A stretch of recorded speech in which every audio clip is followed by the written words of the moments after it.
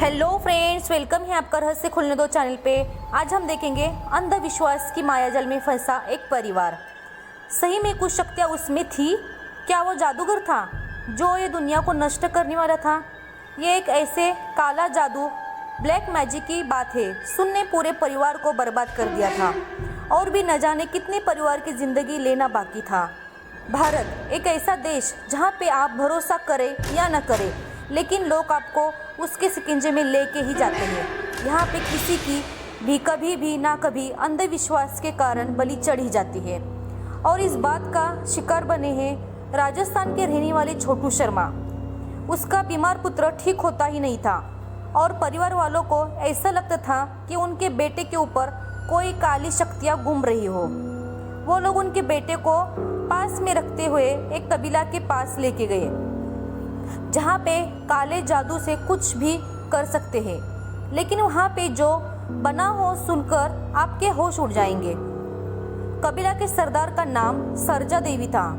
वहाँ पे उनके साथियों ने ऐसी काली जादू की झाल बिछाई जहाँ से छोटू शर्मा, उनकी पत्नी और उनका 10 साल का बेटा उसमें से बाहर ही नहीं आ पाए। छोटू शर्मा अभी तो अपने पुत्र को लेके कबीला में पहुँच ही था कि वहाँ पे हाजिर सभी ने छोटू शर्मा को जादूगर कह के उसको घेर लिया। उनका कहना था कि छोटू शर्मा एक बहुत बड़ा जादूगर है और उसका मृत्यु इस संसार के लिए बहुत ही आवश्यक है। सरजा देवी ने अपने कबीले के आदमी को आदेश दिया कि वो छोटू शर्मा को मार दे। वो लोग ने छोटू शर्मा को घेर लिया और उनके आसपास नृत्य करने लगे। किसी के हाथ में त्रिशूल था तो किसी के हाथ में तेज धार तलवार। उसमें से एक आदमी सामने आया और छोटू शर्मा ले हाथ काट दिए।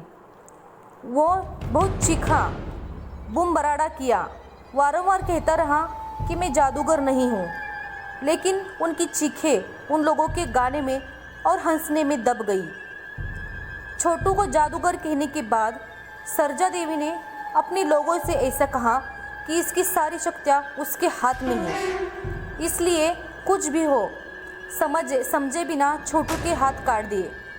उसके बाद छोटू कभी भी किसी के पर हावी न हो, उसकी सारी शक्तियाँ भस्म हो जाए। इसलिए वो दुष्टों ने छोटू को जिंदा जला दिया और देखते ही देखते छोटू का शरीर राख में मिल गया। ये सारा खतरनाक दृश्य छोटू के 10 साल का बेटा और उनकी पत्नी के सामने हुआ था। वो दोनों ने मदद के लिए चीखे चिल्लाए, लेकिन उन्होंने उसकी एक भी बात नहीं सुनी। ये सारी घटना को अंजाम देने के बाद उन्होंने छोटू की पत्नी और उनके बेटे को जाने की अनुमति दे दी और उन्होंने एक चेतावनी दी कि अगर इसके बारे में किसी को भी कुछ भी कहोगे तो उसका अंजाम बहुत ही बुरा होगा। अपने पति की मौत और पूरे परिवार को खत्म होता देख उसकी पत्नी लता पूरी रात पुलिस स्टेशन के चक्कर काटती रही। माँ पुत्र ने सारी बातें पुलिस को बताई कि किस तरीके से वो डाकन ने उनके पति को जिंदा जला दिया। फिलहाल डॉक्टरों की पूरी जमात और उनके सरदार सरजा देवी सहित पुलिस ने सबकी धरपकड़ कर ली है और सुनने में आया है कि बहुत जल्दी उन लोगों की मौत की सज़ा होगी।